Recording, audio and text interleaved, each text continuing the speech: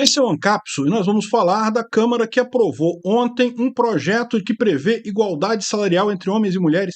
Mas como assim? Isso já está na CLT desde 1954. Já existe isso na CLT. Pode olhar lá, artigo 461, já diz que não pode ter diferença entre homens e mulheres no mesmo cargo, na mesma situação e coisa e tal. Vamos entender qual que é o problema com esse projeto. O que eles aprovaram, afinal, para dizer que é isso, né? Como se fosse uma grande inovação. Vamos entender esse assunto. Essa notícia foi sugerida por Zeca Urubu, Raonis e várias outras pessoas. Obrigado aí ao pessoal que sugeriu a notícia. Obrigado a você que está assistindo o nosso vídeo. Se você gosta do nosso conteúdo, por favor, deixe o seu like e se inscreva aqui no canal, né? Pois bem, se você for lá na CLT, no artigo 461, está aqui, ó, sendo idêntica a função a todo trabalho de igual valor prestado ao mesmo empregador no mesmo estabelecimento empresarial corresponderá igual salário, sem distinção de sexo, etnia, nacionalidade ou idade. Isso já existe na Constituição, já existe na Consolidação das Leis do Trabalho, na CLT, desde 1953. Tá? Aqui está falando a redação dada pela lei tal de 2017, mas na verdade, se você pegar a primeira versão desse caso aqui, ó, que é a original aqui, sendo idêntica a função, coisa e tal, corresponderá igual salário sem distinção de sexo. Originalmente era só a distinção de sexo, que é o que eles fizeram agora de novo, né, sem distinção de sexo. Aí eles acrescentaram, além do sexo, a etnia, nacionalidade ou idade, né? Esse artigo 461 já previa essa igualdade desde então, e as empresas, via de regra, seguem sim. São raríssimos casos em que você tem uma situação em que duas pessoas ganham a mesma coisa. O que você tem muito de questionamento é o seguinte, é que as pessoas alegam que, embora elas tenham um cargo diferente, elas têm a mesma função que um outro cargo, e aí, como o salário daquele outro cargo é maior, elas pedem a equiparação salarial. Isso acontece o tempo todo.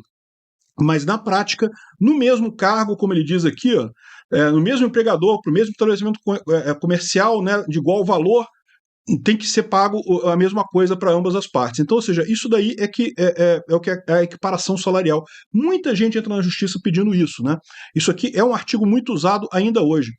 Então, o que a Câmara aprovou, afinal das contas? Né? O que a Câmara aprovou? Não tem lógica nenhuma, já é obrigada a empresa a ter o mesmo salário para homens e mulheres. Aí eles inventaram essa história da diferença salarial, que a gente já explicou qual é essa diferença. Eu tenho um vídeo sobre isso lá no Ancapsu Classic, em que eu detalho todos os pontos que você tem aí. Você tem dois fatores principalmente. O primeiro é o próprio gosto pessoal. Tipicamente, mulheres gostam mais de profissões que lidam com pessoas.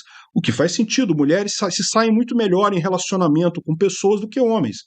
Homens preferem coisas mais mecânicas, mexer com objetos e matemática e números e coisa e tal. É lógico, você tem exceções de todos os lados, mas via de regra, a maior parte das mulheres, se deixada à vontade, ela vai preferir uma profissão que lide com pessoas. E o que acontece é o seguinte, a gente está numa sociedade tecnológica em que a maior parte do desenvolvimento das fronteiras de inovação acontecem na tecnologia, acontecem na matemática e coisa e tal. Com isso, as profissões que são masculinas, no caso, acabam tendo uma valorização maior. Por isso, os homens ganham mais do que as mulheres, mas não na mesma profissão. Eles ganham mais porque são profissões diferentes, são carreiras diferentes escolhidas por ambos os lados, né? E isso fica muito evidente num estudo que eles fizeram lá na Dinamarca, que mostrou um caso curioso. Quanto mais livre é o país, quanto mais o governo deixa a sociedade à vontade, as pessoas não precisam se preocupar com sobrevivência, né? O caso dos países nórdicos, né? Lá eles têm uma rede assistencial tão forte que, basicamente, se você nasceu lá na Noruega ou na Suécia, você não quiser fazer nada da sua vida, quiser ficar sentado numa cadeira a vida toda dormindo, você consegue viver, você tem assistência do governo e você vai viver bem. Aí olha o fenômeno que eles descobriram lá. Quanto menos as pessoas precisam lutar para sobreviver, mais a diferença de salários acontece. Por quê? Porque as mulheres se sentem mais à vontade de procurarem as profissões de que elas gostam. Elas não precisam ganhar dinheiro. Elas já estão com a vida ganha pela própria rede social do governo. Então elas podem trabalhar naquilo que elas gostam. E aí elas gostam tipicamente de enfermagem, de direito, de relações públicas, de jornalismo, coisas que lidam com pessoas, né? E os homens vão mais para a área da tecnologia porque preferem isso. Se você vai para outros países que você não tem essa garantia, como Brasil, Índia e vários países da África, você vê muito mais mulheres atuando do outro lado. Por quê? Porque a mulher ali, meu amigo, não é uma questão dela escolher o que ela quer. Ela tem que trabalhar naquilo porque ela precisa fazer uma vida, ela precisa ganhar dinheiro para sobreviver. Então, repara qual é o problema aqui. Quanto mais livre você deixa as pessoas, maior é a diferença nisso daí, né? Tanto que lá havia um grande órgão na península, lá na Escandinava, né, sobre essa coisa de diferença salarial entre homens e mulheres, e esse órgão foi extinto depois desse estudo, justamente porque viu que não é um problema isso, é as pessoas que escolhem essas profissões diferentes, né? Então isso daqui não tem lógica. Na mesma profissão você não tem diferença. No entanto, aprovaram essa coisa aqui, ó, que diz que não, que acrescentou alguns parágrafos ao artigo 461, ou seja, o que já era proibido, já continua proibido. O que eles fizeram só foi aumentar a fiscalização e coisa e tal. Agora, você pode pensar assim, mas então isso daí nem fede nem cheira, isso é uma lei boa, uma lei que não faz diferença. Não, porque o que acontece? Eles botaram um monte de coisa aqui, ó, de divulgação de informações. Aí sabe o que vai acontecer? Eles vão divulgar a informação e vão fazer vão perceber que tem a diferença, não entre o mesmo cargo, porque não pode ter, mas vai ter a diferença entre homens e mulheres de forma geral na empresa, porque, de novo, as mulheres estão mais ligadas a profissões ligadas a pessoas, e os homens a tecnologia, a máquinas. Então, no final das contas, você tem essa diferença no final, e vão usar isso para tentar correr atrás das empresas, prejudicar as empresas. Cria-se um monte de obrigações novas para as empresas, que isso tem custo. Você fazer essa avaliação, fazer a publicação dessas diferenças salariais, dessa coisa, isso tudo tem custo. E adivinha quem vai pagar pelo custo?